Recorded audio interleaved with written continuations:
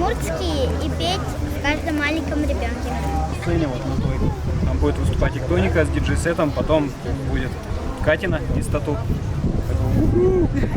На Иктонике классно. Приходите к нам в следующий год.